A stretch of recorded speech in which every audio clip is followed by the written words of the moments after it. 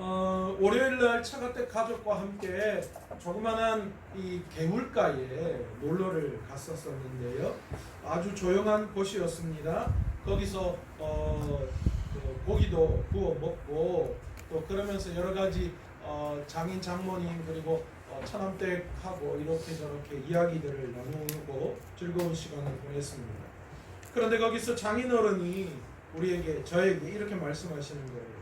황스방, 교회에서 성공하려면 어쨌든 간에 윗 사람들한테 잘 보여야 한다. 윗 어른들 말씀에 순종 잘하고 그리고 대장 목사님한테 잘 보여야지만 그래야 목회 잘한다 그러시더라고요.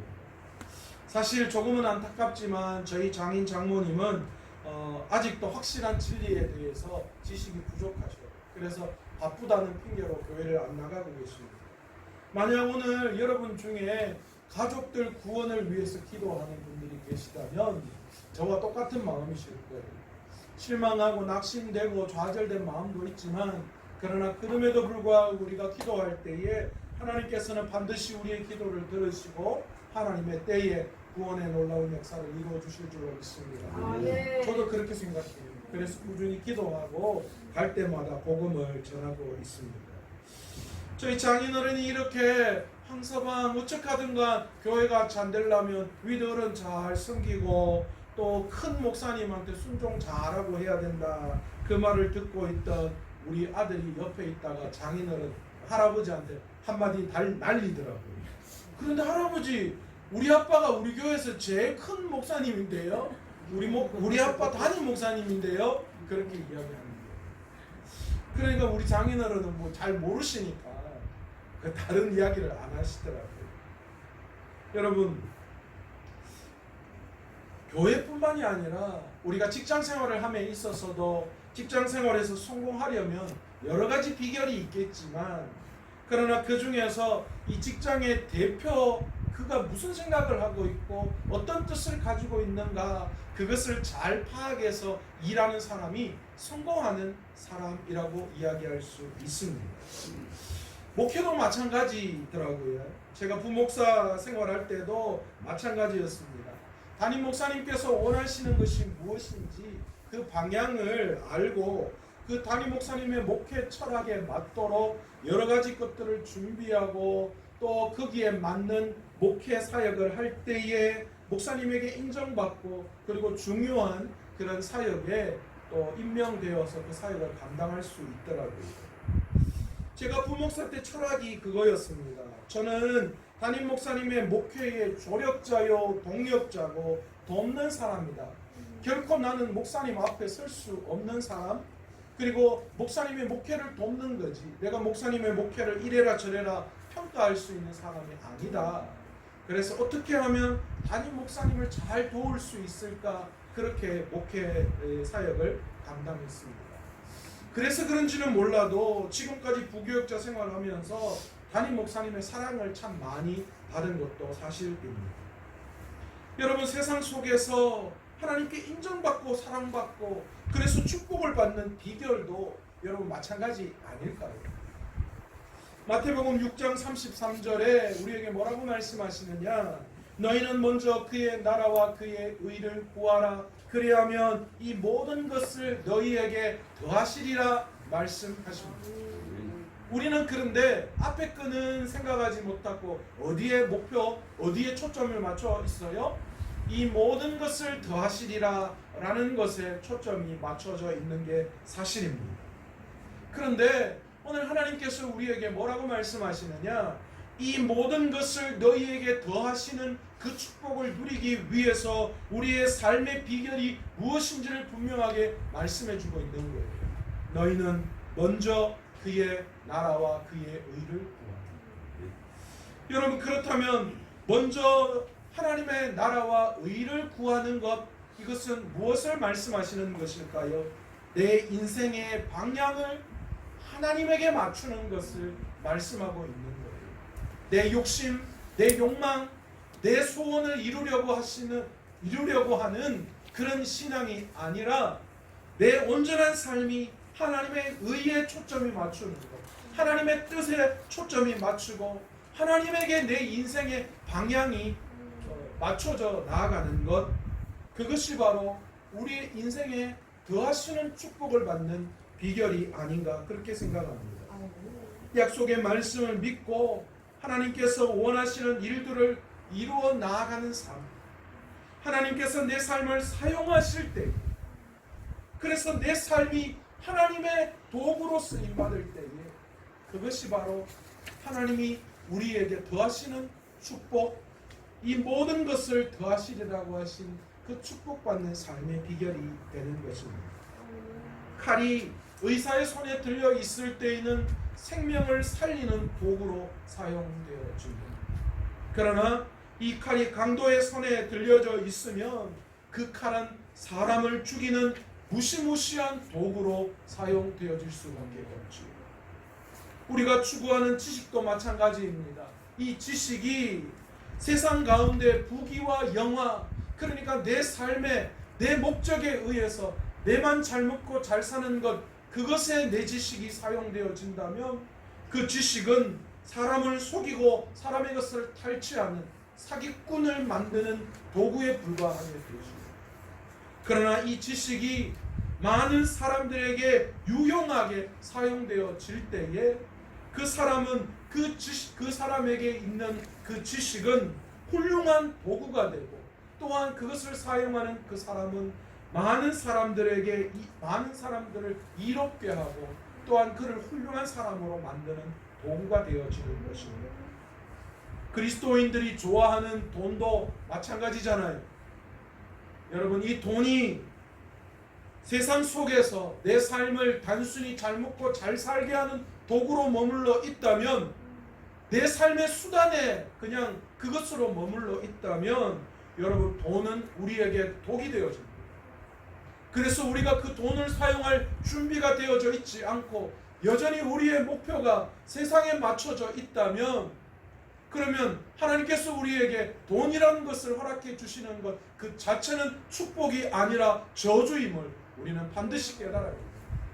돈을 주시는 것, 돈을 우리에게 허락해 주시는 것, 그것이 전부 다 축복이 아님을 우리는 구별할 수 있어야 합니다. 그러나 우리가 가지고 있는 돈이, 우리가 추구하는 삶의 목표가 하나님 앞에 쓰여질 때에 우리의 물질이, 우리의 시간이, 우리의 인생이 하나님 앞에 쓰여질 때에 바로 그것은, 그 물질은, 그 시간은, 그 인생은 하나님 앞에 위대한 도구가 되어지는 것이고, 비로소 그것이 바로 하나님 앞에 은혜가 될 수 있음을 우리는 깨달을 수 있어야 합니다. 오늘 이 시간 우리 스스로를 한번 돌아보며 생각해 보기를 원합니다. 내 인생이 하나님 앞에서 어떻게 지금 쓰임받고 있는지, 세상 속에 쓰임받고 있는 혹시 내 인생이 아닌지, 내 물질, 내 에너지, 내 시간, 내 삶의 모든 것이 단순히 세상을 향하여 쓰임받는 그 정도의 도구로 그냥 전락해 있지는 않은지 내 삶을 한번 돌아볼 수 있는 시간 되었으면 좋겠습니다. 오늘 마태복음 21장은 예수님께서 십자가를 지시기 위해서 이제 마지막 사역을 감당하기 위해서 예루살렘에 입성하기 위한 준비를 하는 과정을 담고 있습니다. 마태복음은 왕으로 오신 예수 그리스도를 그리고 있습니다. 그러기에 이제 마지막 사역을 준비하기 위해서 예루살렘에 입성하기 위한 준비를 하십니다. 그런데 당시 예루살렘에 공식적으로 입성하기 위해서 아무나 또한 아무 어떤 행사든지 그렇게 할 수 있는 것이 아니었습니다. 왕이나 군대 지휘관이 전쟁의 승리를 거두고 귀환할 때나 황제가 도시를 방문할 때, 그때서야 성대한 바로 입성 잔치를 준비하는 것이죠. 그래서 그들은 화려한 입성식과 말을 타고 군중들 환호 속에 예루살렘에 입성을 합니다. 그러나 예수님께서 예루살렘으로 입성하실 때 그는 왕의 왕이셨지만 초라하기 그지 없는 모습으로 입성하셨습니다. 마태복음은 낙이 새끼를 타고 예루살렘으로 입성하시는 예수님을 그리고 있습니다.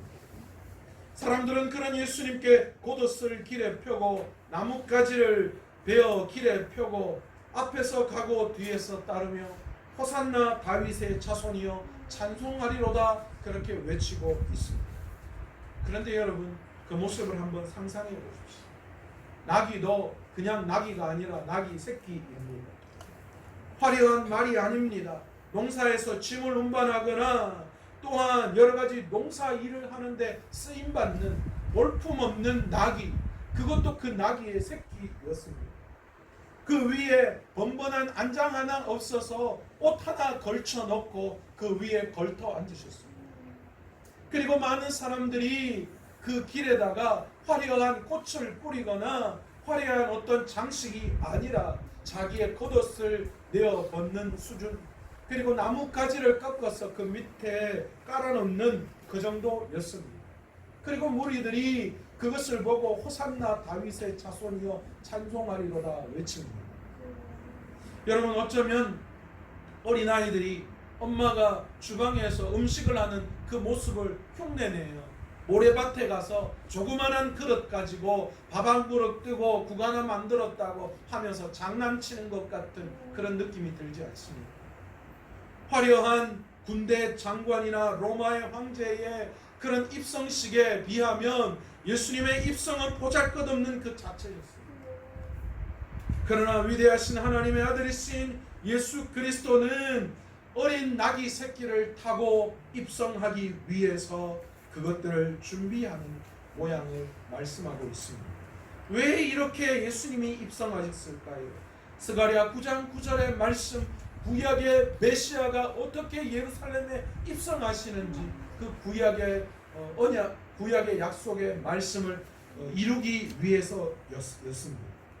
그리고 또한 예수님의 예루살렘 입성은 왕이나 또한 군대 장관처럼 정치적인 군사적인 메시아로 그 땅을 다스리기 위함이 아니셨기 때문입니다. 자신의 몸을 산 제사로 바쳐 하나님과 사람들을 화목하게 하기 위해 오신 평화의 왕이심을 보여주시는, 겸손의 왕이심을 보여주시는 사건이 오늘 본문을 통하여 우리는 너무나 잘 보여주고 있으십니다. 그런데 이 예루살렘 입성에 필요한 나귀 새끼를 준비하는 방법이 너무나도 독특합니다. 본문 2절에 보시면 두 제자에게 예수님께서 뭐라고 말씀하고 계십니까? 한마디로 그런 거죠. 너희 저쪽에 맞은편 마을에 가가지고 나귀가 한 마리 있을 건데 그 옆에 보면 그 나귀에 새끼가 있을 거야. 그러면 그거 풀어서 끌고 와. 그렇게 말씀합니다. 여러분, 이 본문의 말씀은 명령형으로 되어 있어요. 예수님이 제자들에게 명령하는 거예요. 너 저쪽에 맞은편 마을 가서 나귀 새끼 한 마리 그냥 끌고 와. 여러분, 상식적으로 이게 통하는 말씀입니까? 지금 예수님이 제자들에게 무엇을 시키는 거예요? 도둑질 시키는 거나 마찬가지죠. 그래서 그런지 예수님이 한마디 더 거두십니다. 만약에 누가 입을 대거든 뭐라고 이야기하라고요? 주가 쓰시겠다 하라. 그렇게 말하면 된다. 그렇게 말씀합니다. 사실 오늘 본문에는 잘 나와 있지 않지만 누가복음 19장 33절, 오늘 본문의 사건을 동일하게 기록한 누가복음의 기록에 의하면 이 나귀 새끼, 나귀의 주인, 그러니까 나귀 새끼의 주인이 왜 남의 나귀 새끼를 끌고 가느냐, 이렇게 이의를 제기하는 모습을 볼 수 있습니다. 그런데 바로 그때 제자들은 뭐라고 말씀하십니까? 예수님께서 하신 말씀 그대로를 말씀하십니다. 주님께서 쓰시겠다고 합니다. 그렇게 말했습니다. 그런데 여러분, 놀라운 일이 일어납니다. 어떤 일입니까? 그 나귀의 주인이 아무런 이유 없이 그 나귀를 풀어줍니다. 여러분 같으면 어떻습니까? 여러분 같으면 어떤 사람이 갑자기 여러분에게 와서 이렇게 이야기하는 거예요. 아니, 차 좀 좋은데 이 차 내가 좀 한번 써도 되겠습니까? 라고 와서 냅다 그냥 차에 타는 거예요. 그러면서 여러분에게 그렇게 이야기할 거예요. 아니, 나무 차 왜 탑니까? 여러분, 아니 남의 차를 여러분 당신이 왜 타려고 해요? 그랬더니 안에 차를 타고 있는 사람이 뭐라고 이야기하는 거예요? 아니 글쎄 주님이 좀 쓰겠다고 하는데요. 그럴 것 같아. 그렇게 대답한다면 여러분 어떻게 하시겠어요? 아이고 그러면 가 있어. 그러시겠어요? 천만에 이 사람이 지금 내가 언제 봤다고 뭔 뚱딴지 같은 소리 하고 있냐고. 당장 안 내리냐고. 경찰 부를 거라. 아마 그렇게 할 거예요. 어쩌면 그게 당연할 수도 있어요. 그런데 놀랍게도 이 주인은 그 제자에게 나귀 새끼를 풀어줍니다. 여기에서 주가 쓰시겠다고 하라라고 했을 때 여기 주라는 이 헬라어 단어가 퀴리어스라고 하는 단어인데 이 뜻이 주인 또는 지배자라는 뜻이에요. 그런데 여기에서 정관사 호가 붙어져 있어요. 그러니까 다시 이야기하면 그 주인, 그것의 주인 이 말이에요. 그러니까 그게 무슨 뜻이에요? 이 나귀 새끼의 주인이다. 그 주인이 쓰겠다고 한다. 그렇게 이야기하는 거예요. 이 말은 진정한 나귀의 주인이 누구인지를 우리에게 분명하게 소개하고 있는 대목입니다. 외형적으로 나귀의 주인은 이 나귀의 이 땅의 주인은 그 나귀의 주인인 사람, 그 사람으로 보기 쉽지만 그러나 주님은 오늘 뭘 말씀하십니까? 그 진정한 주인이 누구이신지를 분명하게 드러내고 있는 거예요. 우리는 단지 이 땅에 우리가 소유하고 있는 모든 것은 단지 이 땅에 나에게 맡겨진 것입니다. 그래서 우리는 뭐라고 이야기합니까? 청지기라는 표현을 쓰고 있어요. 나에게 허락된 집, 차, 돈, 시간, 명예, 물질 그 모든 것 다가 뭡니까? 하나님이 이 땅에 우리에게 잠깐 맡겨 놓으신 거라는 거예요. 우리가 진짜 주인이 아니라는 겁니다. 진짜 주인은 누구라는 거예요? 호퀴리어스. 뭔 뜻입니까? 진정한 주인, 그것의 진짜 주인은 주님이심을 우리는 알아야 합니다. 사실 모두는 구약 성경의 예언을 성취하기 위한 행위였습니다. 즉 다시 말해서 지금 그들이 바라보고 있는 예수님께서는 천지를 창조하신 분이시며 이 세상 우주 만물의 진정한 주인 되심을 나타내기 위하신 말씀이셨습니다. 그러니까 주님 입장에서는 당연히 그렇게 말씀할 수 있는 거죠. 우리 입장에서, 세상의 입장에서는 이 땅에 주인 있는 물건을 가지고 오는 것에 불과했지만 그러나 주님 입장에서는 아니라는 거예요. 내가 잠깐 맡겨놓은 그 물건을 내가 뭐 하는 거예요? 다시 찾아가는 거예요. 뭐 하기 위해서요? 주님이 쓰시기 위해서라는 거예요. 예수님께서 이 땅에 오신 목적이 무엇입니까? 세상 정복이 아닙니다. 그것도 정치적인 군사적인 정복이 아님을 알아야 합니다. 여러분 주님이 이 땅에 오신 이유는 우리의 소원을 들어주시기 위함이 아닙니다. 세상에 속해 있는 우리의 욕심과 욕망을 들어주기 위해서 우리가 몸담고 있는 세상의 그 어떤 것을 이루어 주시기 위해서 주님이 이 땅에 오신 목적이 아니심을 우리는 알아야 해요. 그런데 우리는 자꾸만 하나님 앞에 나와서 뭐합니까? 하나님 내 거 이것 좀 소원 들어주세요. 이것 좀 이루게 해주세요. 그래서 그게 안 이루어지면 예수님은 능력 없는 분처럼 생각할 때가 너무 많이 있죠. 그러나 예수님의 진짜 목적은 그게 아니에요. 물론 주님이 그렇게 안 하시는 분은 아닙니다. 주님이 필요하실 때는 병자도 고치시고 문제도 해결하고 내 기도도 들어주시는 분이심에 틀림없습니다. 그러나 주님의 진짜 목적은 그게 아니라는 거예요. 예수님의 목적은 평화요 사랑입니다. 온 백성을 구원하시기 위한 주님의 사랑의 표현이 바로 십자가입니다. 이로 말미암아 하나님과 죄로 단절된 우리의 관계를 연합하게 하시고 하나님과 다시 화목해 하시는 것, 화목해 만들어 주시는 것, 그것이 예수님이 이 땅에 오신 목적입니다. 그것이 메시아이십니다. 정치적이나 군사적으로 오셨다면 주님이 십자가에 달리신 그때 온 세상이 사단이 맞겠죠. 우리의 삶의 목적도 마찬가지 아닙니까? 주님의 목적이 그렇다면 종이라고 이야기하는, 제자라고 이야기하는 우리의 삶의 목적도 당연히 그것이 되어야 되지 않을까요? 어떻게 주인이신 주님과 다른 목적을 가지고 살아가면서 우리가 주님의 제자다라고 이야기할 수 있을까요? 어떻게 종이라고 이야기할 수 있을까요? 그리고 어떻게 하나님이 우리의 인생에 묶여있는 것을 풀어주기를 원할 수 있는 것일까요?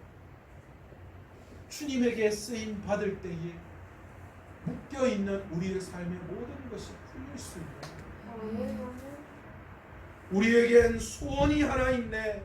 주님 다시 오실 그날까지 우리 가슴에 새긴 주의 심장 가지고 나아가는 것. 우리는 찬양을 통하여서 늘 그렇게 고백합니다. 그런데 입술로만의 고백으로 머물러 있어서는 안 되는 것인 줄 알았습니다. 여러분, 우리의 입술에는 날마다 그렇게 고백하죠. 주님 다시 오실 때까지 우리의 가슴에 새긴 주님의 십자가 사랑을 가지고 주를 위하여 살겠습니다. 교회를 위하여 살겠습니다. 말은 그렇게 하는데 여전히 어떻습니까? 우리의 삶의 목표, 우리의 삶의 욕망, 욕심, 이 모든 것에 우리는 사로잡혀 있습니다. 여러분, 우리의 소유의 모든 것의 주인이 누구십니까? 여러분, 우리가 그렇게 추구하려고 했던 모든 물질, 권력, 우리가 누리고 있는, 우리가 지금 소유하고 있는 그 모든 것의 주인이 누구입니까? 여러분, 착각하면 안 돼요. 우리 거 아니에요. 주님이 우리에게 잠깐 맡겨놓으신 거예요. 여러분, 우리가 그것을 알아요. 우리 아들이 이번에도 용돈 받아왔어요. 어른들에게. 그런데 우리 아들에게 준 그 용돈 아들에게 줬지만 맡겨놓은 거죠. 자기 거 아니죠. 자기 거라고 주장하죠. 그래서 선물, 나 이번에 뭐 이거 사야 된다, 엄마 이거 꼭 사야 된다, 이건 내 돈이다 하지만 실질적으로 그거 누구 보고 준 거예요? 부모님 보고 준 거예요. 내 돈 아니에요. 여러분, 오늘 여러분이 추구하면서 얻은 모든 것들 다 그거 여러분 거라고, 여러분의 노력에 의해서 얻어진 거라고 생각되지만 여러분 거 아닌 거 아시죠? 여러분 거 아니에요. 내 거라고 소유하는 그 순간부터 그거는 우리에게 독이 되어지는 거예요.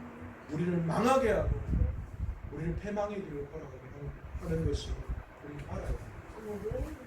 이 세상의 우주 만물의 주인이 누구십니까? 주님 아닙니까? 그분이 인간의 모습을 입고 오셔서 사람처럼 보일 수 있지만, 그러나 그분은 진정한 사람의 모습으로 오셨지만 하나님의 아들이시며 이 세상 우주 만물의 주인이시며 우리의 생명의 주인이시고 우리의 소유의 주인이시고 우리의 진정한 퀴리어스이시는 줄로 믿습니다. 아멘. 그러니 주님께 쓰임 받을 때 이 세상 우주 만물의 주인이신 주님이 풀어주지 않으시겠어요? 아멘. 해결해 주시고 열어주지 않으시겠어요? 환경과 여건을 변화시키시고 그 모든 것들을 만들어 주시는 분이신 줄로 믿습니다. 아멘. 예수님께서 쓰시겠다고 마음만 먹으시면 이 땅에 주인 있는 나귀도 풀리는 역사가 일어남을 우리는 오늘 성경을 통하여 볼 수 있어요. 예수님께서 쓰시겠다는 마음만 먹으면 불가능이 가능하게 되는 거예요. 아멘. 주님이 우리의 삶을 쓰시면, 주님이 우리의 삶을 붙드시면, 우리의 삶이 주님 앞에 쓰임 받으면 우리가 그렇게 세상의 것을 추구하지 않아도 하나님은 더하시는 축복으로 우리를 인도해 주시는 분이신 줄 믿습니다. 아멘. 그런데 우리는 자꾸만 거꾸로 가요. 거꾸로. 지금 우리를 두렵게 하는 것이 무엇입니까? 무엇이 여러분의 길을 막고 있습니까? 세상을 보고 두려워 떠는 이유가 무엇입니까? 왜 불확실한 미래를 두고 여러분 우리가 떨어야 할까요? 성경은 뭐라고 말씀하십니까? 분명히 우리가 승리했다라고 말씀하시는 거죠. 그런데 왜 두렵습니까? 왜 가만히 있는 자신의 모습을 보고 두려워하고 또한 미래에 일어난 일 때문에 여러분 두렵습니까? 우리가 하나님 앞에 우리의 인생이 쓰임 받으면 우리가 두려워할 게 없어요. 왜냐? 하나님이 묶인 걸 풀어주시니까. 아멘. 모든 환경과 여건을 변화시켜 주시니까. 내가 그렇게 하지 못하기 때문에 하나님 앞에 우리의 내 인생이 쓰이지 못하기 때문에 하나님 풀어주시지 않아요. 엄마가 부엌에서 칼질하는 모습을 보고 너무너무 멋지게 보여서 딸이 엄마에게 나도 저렇게 칼질하도록 해달라고 그렇게 칼을 요구합니다. 그런데 어떤 부모가 자식이 이쁘다고 그 아이에게 칼을 건네줄 부모가 어디에 있습니까? 우리 하나님도 마찬가지 아니시겠습니까? 우리가 주님의 도구로 쓰임받아서 주님의 목적대로 우리도 그 목적을 위해 살아가서 하나님 앞에 쓰일 때에 하나님이 우리의 삶을 풀어주시는 거예요. 아멘. 아멘. 진짜 이 세상의 주인이신 주님이 우리의 삶을 풀어주시는 거예요. 아멘. 주님이 쓰시면 풀리는 역사가 내 인생에도 우리 교회 위에도 반드시 일어날 줄로 믿습니다. 아멘. 저도 사실 뭐 하나 자랑할 게 없는 사람입니다. 겉은 부지런하게 보이지만 주님이 제 인생을 쓰시지 않으셨다면 제 인생은 불보듯 뻔한 인생이었을 것입니다. 제가 대학을 다시 들어가기 위해서 수능 시험을 쳤는데요. 제가 그 다시 수능 시험 쳤을 때 수능이 400점 만점인데 제가 6개월 공부하고 320점. 저희 어머니가 니 만약에 고3 때 그래 공부해서 서울대 갔겠다 그래요. 여러분 공부가 재밌더라고요. 공부가 머리에 쏙쏙 들어오더라고요. 저같이 돌머리 같은 사람이 6개월 공부하고 있을 수 없는 일이 일어나고 있는 거예요. 왜요? 주님이 쓰시려고 하니까 나를 신학교에 보내야 하고 그 신학교에 보내려고 하니까 그 점수가 나와야 하고 그래서 하나님이 지혜를 주시고 공부할 수 있는 능력을 주시고 그래서 그 모든 것들을 감당하게 하시는 거예요. 아멘. 그러나 자기 인생만 믿고 그래서 자기 머리만 믿고 그래서 좋은 대학에 가도 하나님이 그 인생을 쓰시지 않으면 그 인생은 보잘것없는 인생일 수밖에 없습니다. 우리가 그걸 알아야 돼요. 주님이 너는 내 것이라 칭하여 주시면 물 가운데로 우리가 걸어가고 불 가운데로 걸어가도 우리가 두려울 이유가 없습니다. 아멘. 시편 기자의 고백처럼 내가 사망의 음침한 골짜기를 갈지라도 해를 두려워하지 않으면 주께서 나와 함께 하심이라 주의 지팡이와 막대기가 나를 안위하시나이다. 아멘. 주님 앞에 우리가 쓰일 때에 주님이 우리를 그렇게 지켜주신다는 말씀입니다. 아멘. 아멘. 여러분 세상의 모든 것은 하나님께서 맡기신 것입니다. 세상의 모든 사람은 그 누구도 주인이 될 수 없어요. 청지기에 불과함을 우리가 알아야 합니다. 오늘 본문은 주님께 쓰임받는 것이 축복임을 보여주는 장면입니다. 저는 오늘 본문에 등장하는 나귀 새끼가 되고 싶습니다. 얼마나 영광입니다. 여러분은 무슨 영광을 보고 신앙생활을 하십니까? 화려한 말을 타고 예루살렘에 입성하는 주님을 생각하고 계십니다. 그러나 주님은 그렇게 하시지 않았어요. 제가 오늘 말씀을 준비하면서 제 스스로가 느낀 거예요. 주님, 제 안에 화려한 말을 생각하고 화려하게 예루살렘으로 입성하는, 그래서 여전히 주님의 제자들처럼 주님께서 예루살렘에 입성해서 진정한 유대인의 정치적 군사적 왕이 되었을 때에 한 자리 차지하려고 했던 그런 마음을 버리겠다. 진정으로 나귀 새끼처럼 보잘것없는 모습으로 예루살렘에 입성하지만 그러나 기꺼이 주님에게 쓰임받을 수 있는 그런 나귀 새끼 같은 존재만으로도 저는 만족할 수 있습니다. 아멘. 그런 믿음, 그런 마음을 허락해 달라고 기도했습니다. 여러분 심한 이야기 같지만 여러분 만약에 세상에서 누리는 부귀와 영화를 보고 신앙생활 한다면 여러분 여기에 계실 일이 아니라 세상을 향하여 나아가야 합니다. 그것이 훨씬 더 빨리 세상의 부귀와 영화를 얻을 길입니다. 그러나 아셔야 할 것이 있습니다. 그 끝은 비참하다는 것. 그 끝은 우리가 상상할 수 없는 절망과 고통이 기다리고 있다는 것이죠. 그러나 지금 주님 때문에 힘들고 어렵지만 그러나 주님을 위해서 기꺼이 내 삶의 모든 것을 주님 앞에 내어놓고 쓰임받을 때에 주님은 반드시 우리의 인생을 풀어주시고 아멘. 우리의 삶을 변화시켜 주시고 아멘. 우리의 삶을 축복으로 인도해 주시는 분이신 줄 있습니다. 아멘. 아멘. 여러분 진정한 신앙생활은 참 희한합니다. 주님께서 우리에게 진정한 신앙생활이 무엇인지를 마태복음 11장 28절에 이렇게 말씀하고 계십니다. 수고하고 무거운 짐진 자들아 내게로 오라. 내가 너희를 쉬게 하리라. 그러면서 29절에 뭐라고 말씀하십니까? 나는 마음이 온유하고 겸손하니 나의 멍에를 메고 내게 배우라. 그리하면 너희 마음이 쉼을 얻으리니 이는 내 멍에는 쉽고 내 짐은 가벼움이니라. 여러분 이 땅에 살아가는 우리의 인생이 수고하고 무거운 짐진 자들의 마음입니다. 그래서 우리는 어떻게 하면 이 수고하고 무거운 짐을 벗어내려고 하는 그런 마음으로 가득 차 있습니다. 그러나 주님은 우리에게 말씀하십니다. 그 수고하고 무거운 짐을 내려놓기 이전에 주님의 짐을 짊어질 때에 너희가 생각지도 못한 쉼을 얻을 수 있을 것이다. 아멘. 여러분 주님의 짐은 짊어질수록 가벼워지는 거예요. 내가 짊어지고 있는 세상의 짐도 수고도 그 모든 것들도 더 가볍게 만드는 역사가 거기에 있는 거예요. 그래서 주님은 우리에게 진정한 신앙을 말씀하시면서 내 십자가 주님의 그 멍에를 짊어지라고 말씀하십니다. 여러분 그게 부담으로 여겨집니다. 볼 때에는 그게 짐입니다. 그래서 또 이것을 져야 하나 그런 생각 들 때도 있습니다. 그래서 주님 안 그래도 세상 가운데 무거워 죽겠는데 이것마저 지라 하면 도대체 나보고 어떻게 살라고 하시는 겁니까? 원망과 불평이 나올 때도 있습니다. 그러나 놀라운 것은 그럼에도 불구하고 그 짐을 짊어질 때에 신비스러운 일이 우리의 삶에 일어나는 거예요. 내 삶의 무게마저도 가벼워지는 역사, 진정한 주님이 주시는 쉼, 평화 그것을 우리가 얻을 수 있는 것입니다.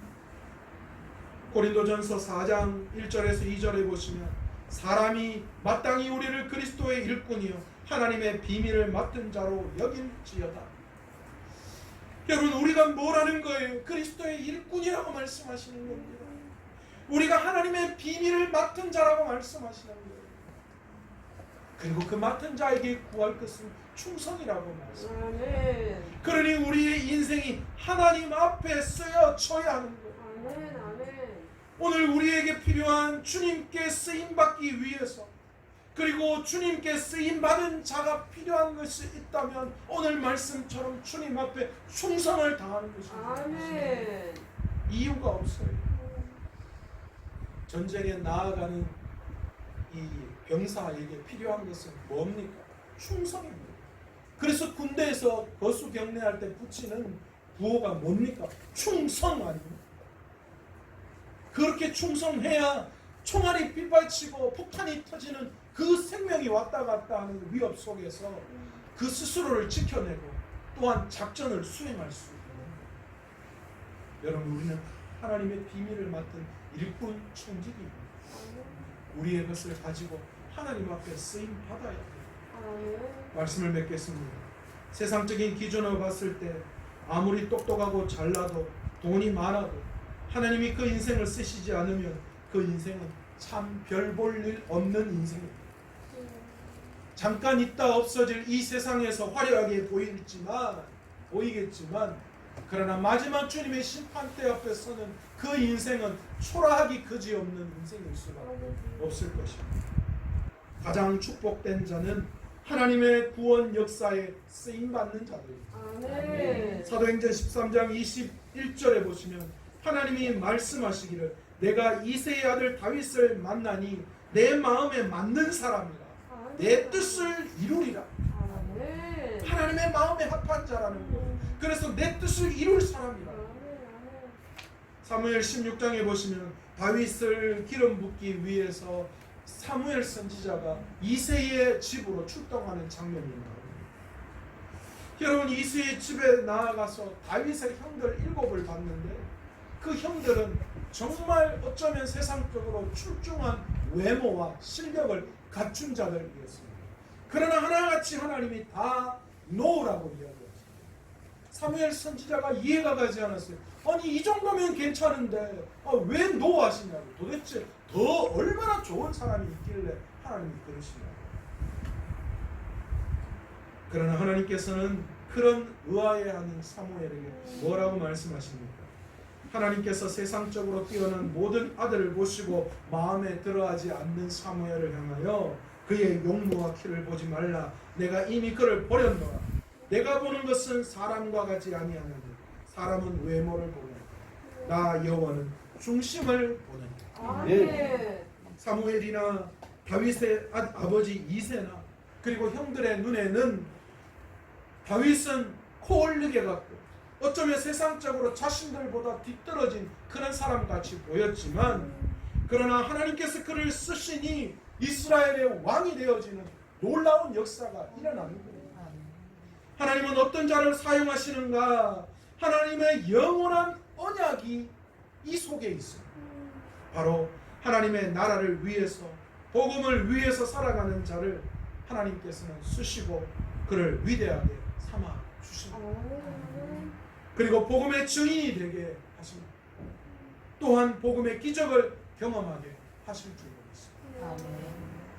예수님께서는 십자가에서 무엇이라고 말씀하시며 마지막 숨을 내뱉으셨습니다. 다 이루었다. 여러분 복음 하나로 끝났다는 거예요.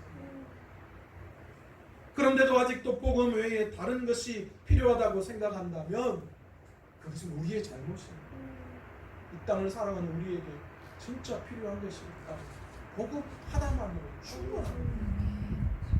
다른 것이 있어야 된다라고 생각하는 그 자체가 사단이 주는 생각입니다. 먹고 마시고 입고 하는 거 다 필요합니다. 그러나 주님께서 뭐라고 말씀하십니까? 그런 것 가지고 기도하지 말라고 말씀하시죠. 세상에 많은 세상에 일어나는 모든 일들을 우리가 먹이도 주지 않고 우리가 키우지도 않는데 하나님의 섭리에 의해서 올라가는데 하물며 너희일까 보냐 말씀하시죠. 이런 것들은 우리가 구하지 않아 하나님이 때마다 시마다 주신다는 거예요. 그러기에 우리에게 필요한 것이 있다면 복음 하나면 충분합니다. 이미 주님이 그 복음 하나로 모든 것을 끝내버리셨어요. 우리의 기도 제목, 우리의 비전이 무엇인지 오늘 이 시간 다시 한번 생각해 보기를 원합니다. 우리가 이 험한 세상에서 무엇을 위해서 살아가야 하는지 우리가 다시 한번 생각해 봐야 합니다. 세상에 속해 있는 삶이 아니라 내가 이 땅에서 어떻게 살아가야 하는 거 아니라 부귀와 영화를 아무리 많이 누리고 저축하고 쌓았다고 하더라도 하나님이 그 인생을 쓰시지 않으면 그 인생은 부끄러운 인생일 수밖에 없어요. 그러나 보잘것없는 인생같이 보이는 우리의 인생이지만 그러나 그 인생이 복음을 위해서 하나님 앞에 쓰임 받을 때에 오늘 진정한 주님께서 이 세상 우주 만물의 주인이신 주님께서 퀴리어스 되시는 분이 나귀가 필요하다고 주가 쓰시겠다 하라 말씀하실 때 풀렸던 그 놀라운 역사가 오늘 위에도 일어날 줄 믿습니다. 아멘, 아멘. 우리 교회가 코로나로 말미암아 여러 가지 많은 우리 교회뿐만이 아니에요. 지금 한국 교회가 얼마나 많은 힘들고 어려움 중에 있는지 몰라요. 또한 여러분의 삶도 그렇잖아요. 여러 가지 생각지도 못한 일들에 많이 힘들고 어려워하고 있어요. 여러분 이럴 때일수록 우리의 인생의 주인이 누구이신지 우리가 소유하고 있는 것의 주인이 누구이신지 바로 알아야 됩니다. 그리고 우리의 인생이 우리가 가지고 있는 것이 하나님 앞에 드려져 하나님이 쓰실 때에 우리의 삶에 묶여있는 모든 것들이 풀리는 역사가 일어날 줄 믿습니다. 아멘. 그 놀라운 하나님의 은혜를 다시 한번 경험할 수 있는 저와 여러분 되시기를 간절히 축원합니다. 아멘. 우리에게는 소원이 하나 있네. 찬양하면서 우리 기도의 자리로 한번 나아가기를 바랍니다.